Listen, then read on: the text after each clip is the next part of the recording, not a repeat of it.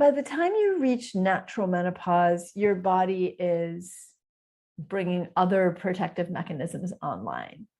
And the disadvantage or the sort of purposelessness of having your hormones tested for estrogen and progesterone, et cetera, once we reach menopause, once we're solidly into menopause, is that there are no values that are normal.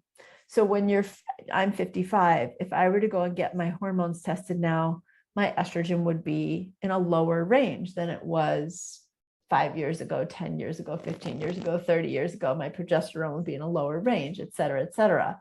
But there's no definition of what range to then supplement someone to.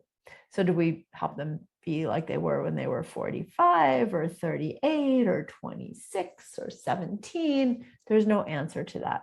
So the only values to getting hormones tested around menopause or perimenopause is to confirm that someone is going into menopause if it is possibly premature. Someone's 36 and they're having hot flashes and night sweats and vaginal dryness and irritability and low sex drive. Something's going on. Is it their thyroid? Is it something else? Is it menopause? So then I would check FSH, LH, estrogen, progesterone, sex hormone binding globulin, thyroid, et cetera.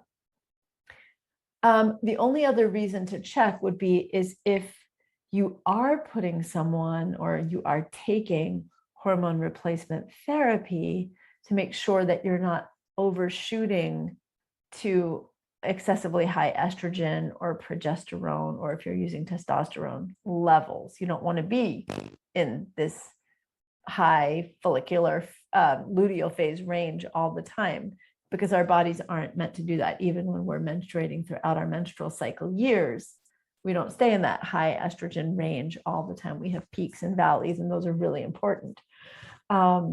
So that is when I would test. Otherwise, I very rarely test female sex hormones during that perimenopausal or menopausal transition. Oh, great. Thank you